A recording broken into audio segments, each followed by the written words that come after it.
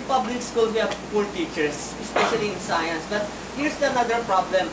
I'm not against Christianity, okay? There's no issue about it. But Christians are the ones who are making schools. Now, public schools are run by Christians, mostly mga Christians group, and they pay bigger salaries to teacher. They have a more Private school, you mean? yeah, private school, and they have better equipments, better facilities compared to the public school. And what we need to reach are the public school pupils. Those are the guys. When I was attending in a Christian church, we have a program called Math Science. Yeah. Okay?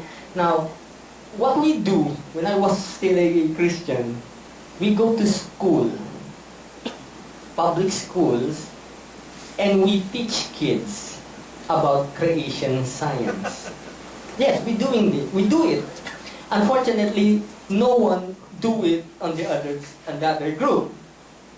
But if you look at teachers, public teachers, they cannot even explain good science lately. And I'm very happy that I think you have a program that teach teacher, but you cannot do it all public school teacher. So what programs are now being held in the Philippines with the help of the government that support science in public school?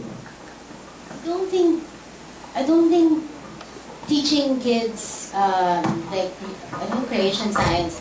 I was taught creation science all my life. We all were. But at some point, you guys say, there's something wrong with this.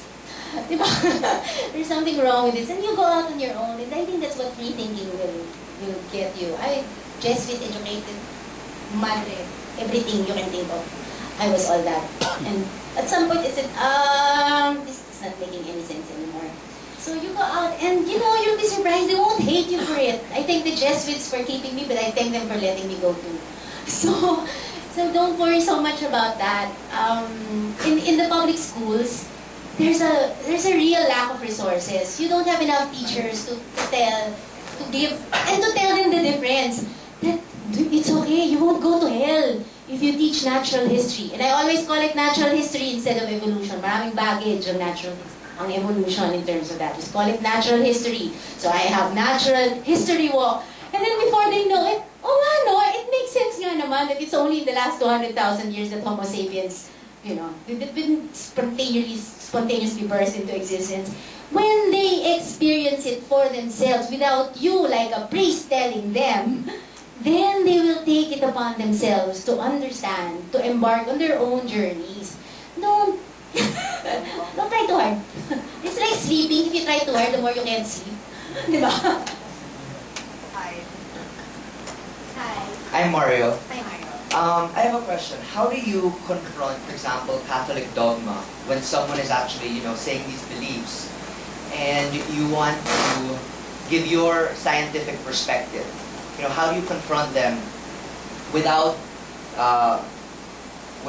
getting an angry response, without having to insult their beliefs, in a very real-world, compromised way? It depends on the situation. It always depends.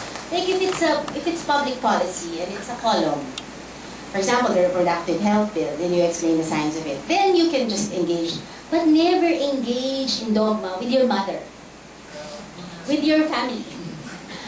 Because you can never, believe me, my own mother, impossible. Because you talk in different currencies. You talk about data, she's talking about belief. It's like apples and oranges. Kasi sa math nga, it doesn't make sense. It's ganun pa. Never. It's at the core of their being. You can never go there.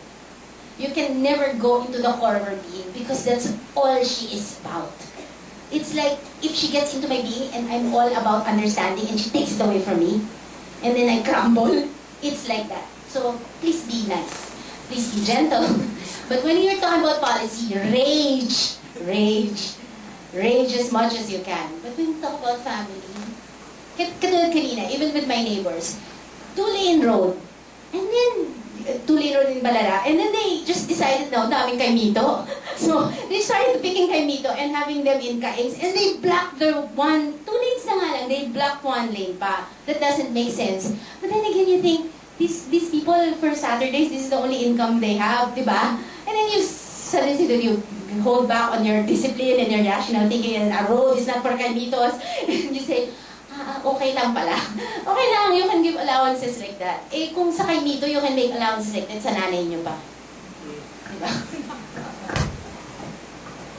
Does that answer your question? What if, for example, some people, they get public policy and they're own for... Yes. Yes, that's where you rage.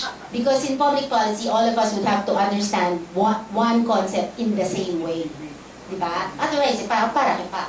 That's policy for all. But be very gentle about it, saying that this is data. Always stick with data. It always works for me. In the science museum that I'm building, I'm probably the only one who is, whatever it is you label, whatever label is, but I've got it sort of, I mean, you know, for lack of, gotten away with it, and I'm curator of the museum, so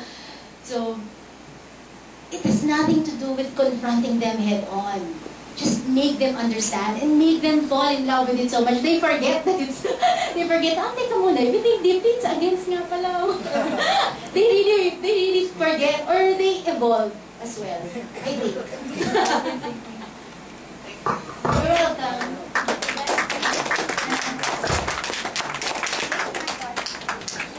Okay, we're going to have a little break. I'm sure some of you are hungry. We have delicious food outside and drinks. And when we come back, it will be Dr. Sylvia Estrada-Claudio on the RH bill. Okay, those who want to watch this tribute to one of the Freethought heroes in history, you can do so before eating. But those who are hungry, just dig in.